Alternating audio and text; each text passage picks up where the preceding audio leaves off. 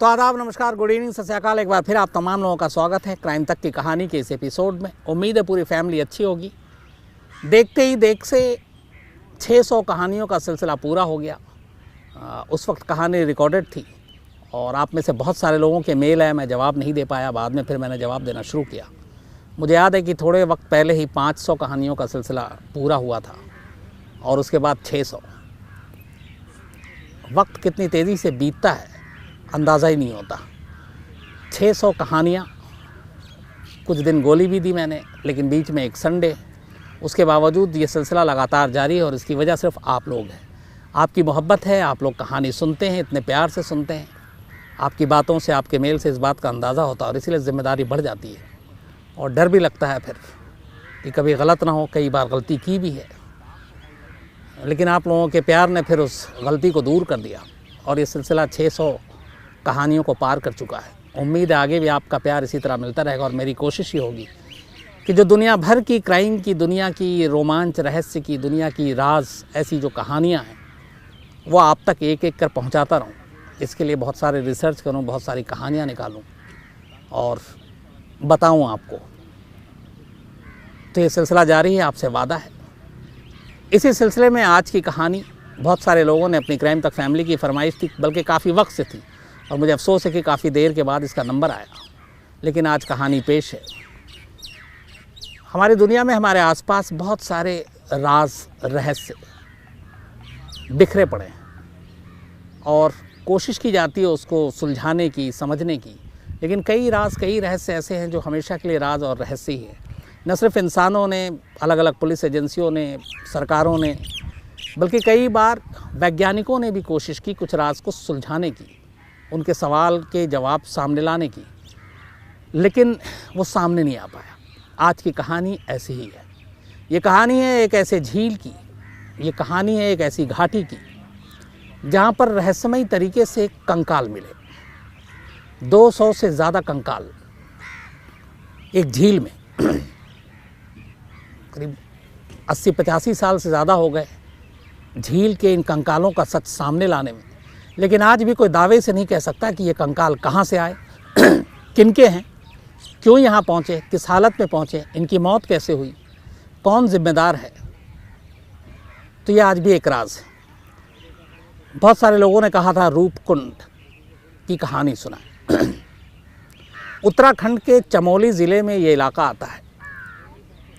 ऊंचाई पर है, हिमालय और हिमालय से मिलती जुलती है और हिमालय के आसपास के इलाकों में अपने आप में बहुत सारे राज हैं, रहस्य हैं, जो धीरे धीरे करके हमारे सामने उस तरीके से आते हैं जैसे सर्दियों में पूरा हिमालय बर्फ़ की चादर में ढक जाता है और जब गर्मी आती है तो बर्फ़ पिघलना शुरू होता है और उस बर्फ़ के पिघलने के बाद नई नई चीज़ें हमारे सामने आती हैं। इस रूपकुंड कंकाल की कहानी भी कुछ ऐसी ही है।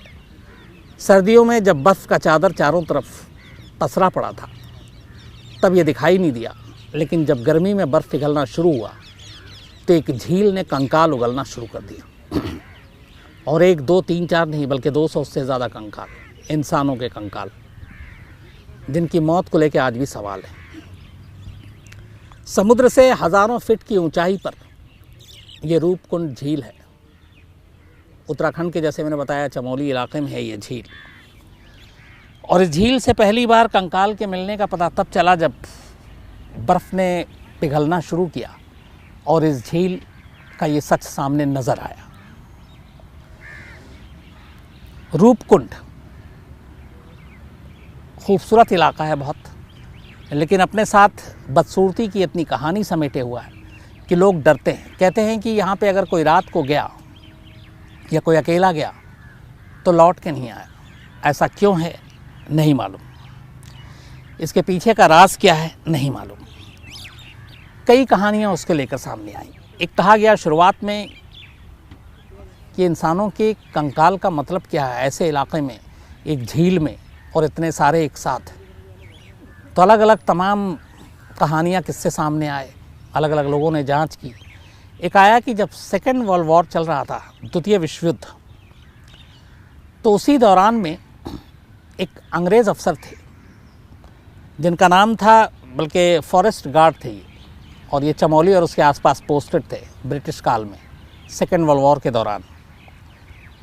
और कहते हैं कि इसी अंग्रेज़ अफसर जो फॉरेस्ट गार्ड था, सबसे पहले उसने इस रूपकुंड की झील और उस झील के कंकाल का सच दुनिया के सामने यही फॉरेस्ट गार्ड लेकर आया था।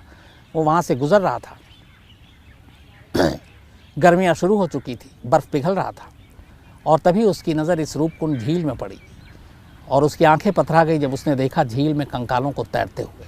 पहले तो उसे कुछ समझ में नहीं आया, फिर अपने लोगों के साथ गया और उसके बाद उस झील के कंकाल को जब देखा तो सभी की आंखें फटी की फटी रह गई।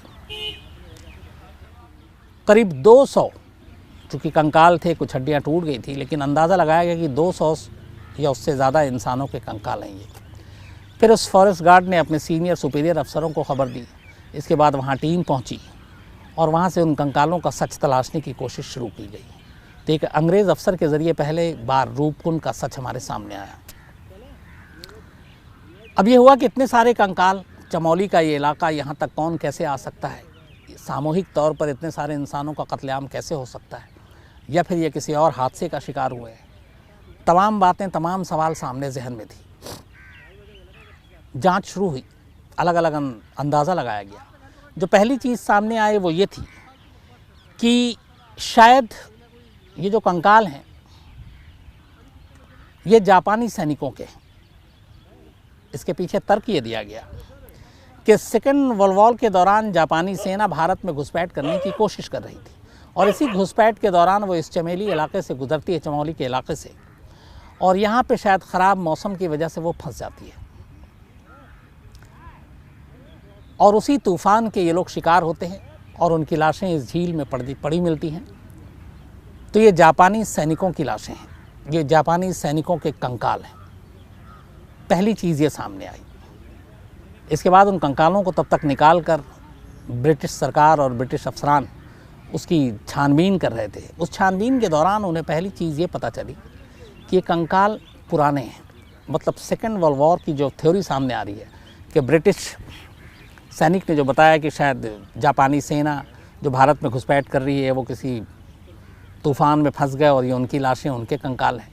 लेकिन जांच में जब ये सामने आया कि ये कंकाल बेहद पुराने हैं तो ये थ्योरी अपने आप गलत हो गई, क्योंकि जापानी सैनिक उस वक्त और जो लाश का की एज थी उन दोनों में ज़मीन आसमान का फ़र्क था। तो फिर ये हुआ कि नहीं, ये जापानी सैनिकों की लाशें नहीं हो सकती क्योंकि कंकाल बेहद पुराने हैं। तो कोई किसी नतीजे तक नहीं पहुंच पाया। जांच फिर भी जारी रही, तलाश करने की कोशिश की गई कि इन कंकालों का रहस्य क्या है। ये जो कंकाल मिले थे ये 1942 में मिले थे। तो 42 के हिसाब से 60 और 20, 80, 2, 82, 82 ईयर्स हो गया, 82 साल की बात है। 1942 मतलब अंग्रेज़ों के हमारे देश से जाने से करीब 5 साल पहले की बात है। तो जापानी सैनिकों की थ्योरी गलत साबित हो गई, लेकिन जांच जारी है कि आखिर इस सच क्या है। और इसी दौरान में एक थ्योरी और नई सामने आई। वो थ्योरी ये थी कि उस वक्त कश्मीर के जो जनरल थे जोरावर सिंह, उनकी सेना इस तरफ आई थी और ये जोरावर सिंह की सेना की ही लाशें और उनके सैनिकों के कंकाल हैं। और ये बात लगभग जब ये कंकाल मिले उससे 100 साल पुरानी थी। कंकाल मिलती है 1942 में और जनरल जोरावर सिंह और उनके सैनिकों की जो बात थी वो है 1841 की, 1841 की। कहा गया था कि उस वक्त जनरल जोरावर सिंह तिब्बत युद्ध के, लद्दाख और तिब्बत ये सारी चीज़ें आपको कहानी सुनाई है। तो जनरल जोरावर सिंह अपनी सेना के साथ 1841 में तिब्बत युद्ध से लौट रहे थे और इसी चमोली के रास्ते वो वापस कश्मीर की तरफ जा रहे थे। लेकिन रास्ता भटक गई पूरी सैनिक, और रास्ता भटकने के बाद वो इस तरफ चले आए और ये कहा गया कि उसी वक्त मौसम ख़राब हुआ और आसमान से बड़े ओले गिरे। और वो जो ओले थे वो एक एक ओला जो है क्रिकेट के बॉल के जितने साइज़ का था। इस रूपकुंड झील के आसपास का पूरा इलाका खुला था, सिवाय सर पे आसमान के और कुछ था नहीं, कहीं छुपने का कोई आसरा नहीं था। तो इन ओलों से बचने का मौका नहीं मिला इन सैनिकों को, और वो ओले इन लोगों को इस तरह से इनके ऊपर गिरे कि सैनिकों की मौत हो गई 1841 में। चूँकि वीरान इलाका था, ओलों ने सर को अपना निशाना बनाया और इसीलिए ये जोरावर सिंह के सैनिकों की सारी कंकालें हैं। इस बात की पुष्टि के लिए एक और तर्क दिया गया कि जो कंकाल मिले थे उनके सर पे ज़्यादातर के चोट थे और सर फ्रैक्चर था, सर की हड्डी टूटी हुई थी बहुत सारे सैनिकों की। तो उसको इससे जोड़ा गया कि जब क्रिकेट के बॉल के साइज़ का एक ओला आसमान से गिरे और सर पे लगे तो फिर सर पे किस तरीके की चोट आएगी, सर की हड्डी टूटेगी, फ्रैक्चर होगा। तो ये कहा गया कि ये बिल्कुल जोरावर सिंह के सैनिकों की ही लाशें हैं। बात यहाँ तक आई, लेकिन फिर कई चीज़ें थी कि नहीं, ये पॉसिबल नहीं है। इसके बाद कई और सारी थ्योरी आई। एक जो लोकल चमोली और उत्तराखंड के तमाम लोग हैं, उनकी एक पुरानी मान्यता थी इस कंकाल को लेकर, और उनकी मान्यता ये है कि कन्नौज के एक राजा हुआ करते थे जिनका नाम था जसधवल। तो कन्नौज के राजा जसधवल अपनी उनकी जो पत्नी थी वो उस वक्त गर्भवती थी, और उस गर्भवती पत्नी के साथ ये तीर्थ यात्रा पर निकले थे। इनको हिमाचल पर, बल्कि हिमालय पर मौजूद एक मंदिर है, बहुत ही मशहूर मंदिर, नंदा देवी मंदिर। तो उस नंदा देवी मंदिर में दर्शन के लिए जाना था अपनी गर्भवती पत्नी को लेकर। इस नंदा देवी मंदिर में हर 12 साल में एक बहुत बड़ा समारोह होता था, और यहाँ पे बहुत ज़्यादा लोग दर्शालु जो है वो आया करते थे, भीड़ हुआ करती थी। तो वो 12 साल पूरे हो रहे थे, पत्नी गर्भवती थी, मन्नतें मांगी थी, तो वो अपने पूरे काफिले के साथ, लाओ लश्कर के साथ, राजा जसधवल अपनी गर्भवती पत्नी को लेकर नंदा देवी के मंदिर दर्शन के लिए जा रहे थे। हालांकि कई लोगों ने उनको ये सलाह दी थी कि इस तरीके से लाओ लश्कर तामझाम ढोल नगाड़ों के साथ न जाएं, नंदा देवी बुरा मान जाएंगी, कुछ अपशगुन हो जाएगा। लेकिन राजा नहीं माने, बेहद खुश थे कि पत्नी गर्भवती है, सिंहासन का एक उत्तराधिकारी आ रहा है, और वो यात्रा पर निकल पड़े। हालांकि उन्हें बार बार कहा गया कि इससे देवी नाराज़ होंगी जिस तरीके से आप इस यात्रा पर निकले हैं। उसके बाद स्थानीय मान्यता के मुताबिक हुआ ऐसे ही।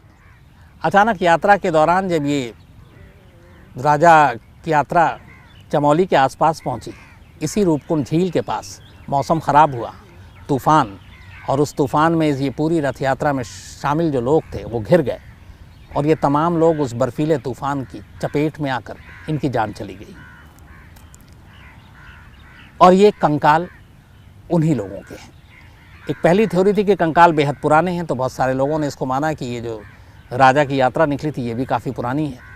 तो उन दोनों को जोड़कर देखा गया और कहा गया कि ये कंकाल है, लेकिन इसको लेकर भी कोई पुख्ता सबूत चाहे वैज्ञानिकों के ज़रिए या इतिहासकारों के ज़रिए सामने नहीं आया। तो ये भी एक मिथ, एक कहानी रही। लेकिन ये स्थानीय मान्यता जो है, जो उत्तराखंड की बात करें हम, तो उनका सबसे ज़्यादा प्रबल, सबसे ज़्यादा भरोसा इसी बात पर है कि ये राजा की जो यात्रा थी नंदा देवी के मंदिर तक, ये सारे कंकाल उनके लोगों के थे।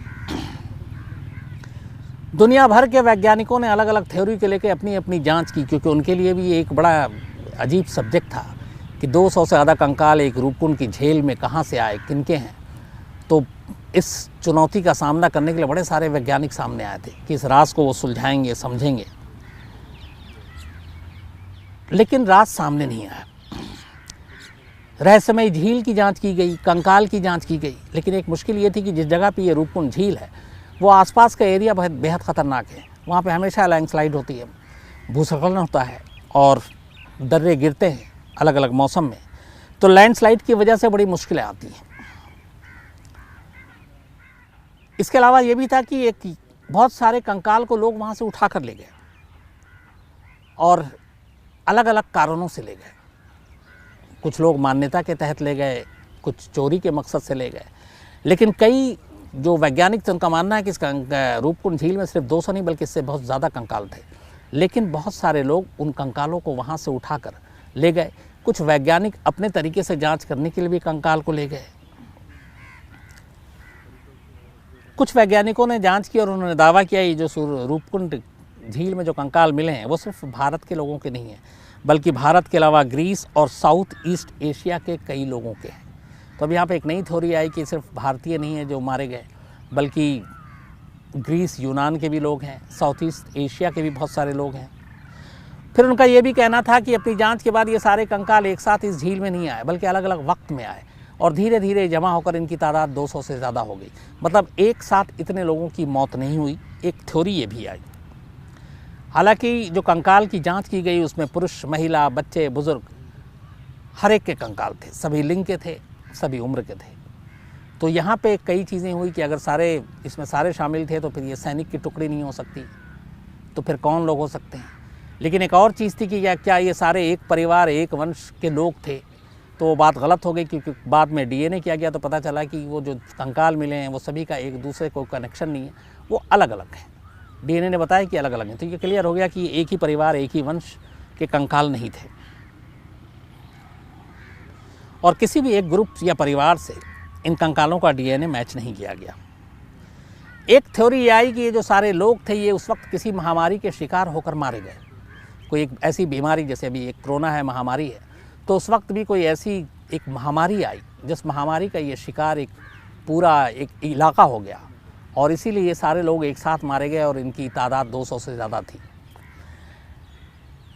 लेकिन जब इसकी जांच की गई कंकालों को सामने रखकर, तो महामारी में किस चीज़ या किस बीमारी से मौत हुई, इसकी जब तफ्तीश और जांच की गई तो पता चला कि इन लोगों में ऐसे कोई भी कीटाणुओं के अंश नहीं मिले, ऐसी कोई भी बैक्टीरिया नहीं मिली जो ये साबित करे कि ये सारे लोग किसी महामारी, किसी बीमारी का शिकार होकर मरे थे। तो एक शक ये जताया गया, लेकिन जब जांच हुई तो इन थ्योरी को भी खारिज कर दिया गया, क्योंकि कोई ऐसी बीमारी या कीटाणु के अंश मिले नहीं, तो महामारी और बीमारी इसको खारिज कर दिया गया, ये मौत की वजह नहीं थी।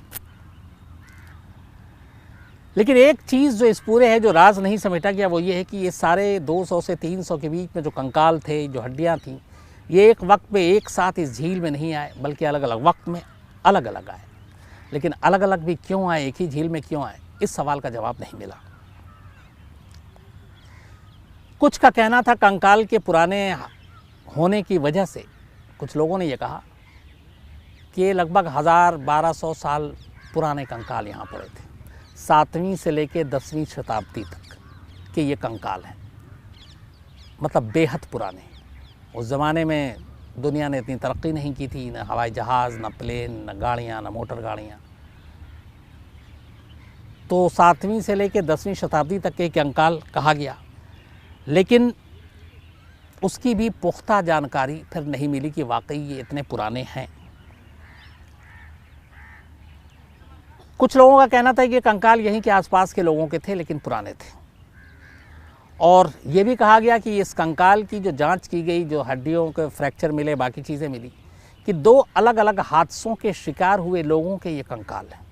मतलब किसी एक तरह से ये नहीं मरे हैं सारे 200 से 300 जो कंकाल थे, अलग अलग हादसों में, कम से कम 2 अलग अलग हादसों में ये लोग मारे गए। लेकिन इनकी मौत को लेकर भी वैज्ञानिक और बाकी जांचकर्ता एक मत नहीं थे, एक राय नहीं थे।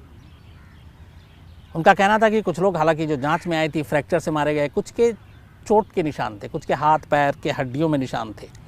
और इसको लेकर अंदाज़ा जताया गया कि चूँकि अचानक बर्फीला तूफ़ान आया, आसपास में बिल्कुल कोई वीरान इलाका है, पथरीला इलाका है, तो शायद भागने, गिरने, पड़ने से ये चोटें आई, और इसी वजह से तूफ़ान में घिरकर उनकी मौत हुई। कुछ को सर पे लगी, कुछ के हाथ पैर में लगे, कुछ के बाकी जिस्म की हड्डी में लगे। लेकिन एक चीज़ आई कि ये सारे चोट जो है ये इशारा करते हैं कि बर्फीले तूफ़ान में ओले ज़रूर गिरे, और ओले का साइज़ बड़ा बड़ा था, जिसकी वजह से शायद ज़्यादा गहरा ज़ख्म आया, और जिसकी वजह से इन लोगों की जान गई।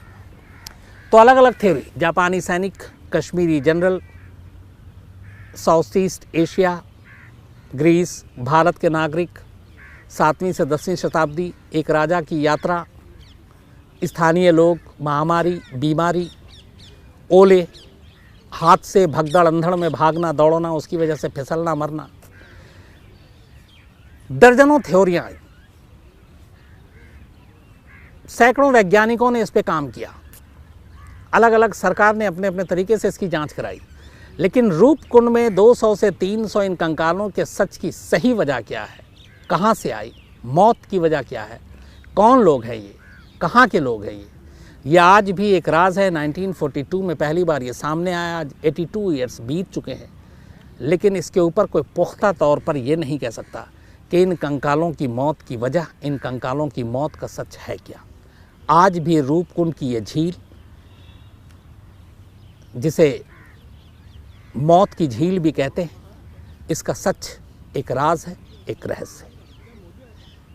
तो आज की कहानी में इतना ही। आपसे फिर मुलाकात होगी किसी नई कहानी के साथ। अपना प्यार इसी तरह देते रहें क्राइम तक को, और कोशिश यही होगी कि आप लोगों की जो उम्मीदें हैं कहानियों को लेकर वो पूरी करता रहूं, कहानियाँ सुनाता रहूं। अभी 600 एपिसोड हुए हैं, इसके बाद 1000 हों, उसके बाद आप लोगों ने चाहा तो शायद आगे भी हो। मेरी कोशिश होगी कि मैं ज़रूर कहानी आपको सुनाता रहूं और पाबंदी से सुनाता रहूं। तो आज इतना ही। अपना ख्याल रखिएगा, अपनों का ख्याल रखिएगा। फिर मुलाकात होती किसी नई कहानी के साथ। Thank you very much.